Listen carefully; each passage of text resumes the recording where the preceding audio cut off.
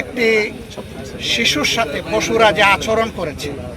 বরগুনায় 11 বছরের কন্যা ধর্ষণের বিচার চেয়ে খুন হওয়া নিহত মন্টু দাসের পরিবারকে দেখতে এসেছেন বাংলাদেশ জামায়াতে ইসলামীর আমির ডক্টর শফিকুর রহমান। সোমবার সকাল 10:30টায় হেলিকপ্টার যোগে বরগুনা সার্কিট হাউস মাঠে নেমে ধর্ষণের শিকার হওয়া ওই পরিবারকে দেখতে যান তিনি। নিহত মন্টু দাস ছিলেন পরিবারের একমাত্র উপার্জনক্ষম ব্যক্তি। তাই পুরুষ শূন্য পরিবারটির আগামী 18 বছরের দায়িত্ব নিয়েছে বাংলাদেশ জামায়াতে ইসলাম। আগামী 18 বছর তাদের পরিবারের সকল খরচ বহন করবে এই মানবিক রাজনৈতিক সংগঠনটি।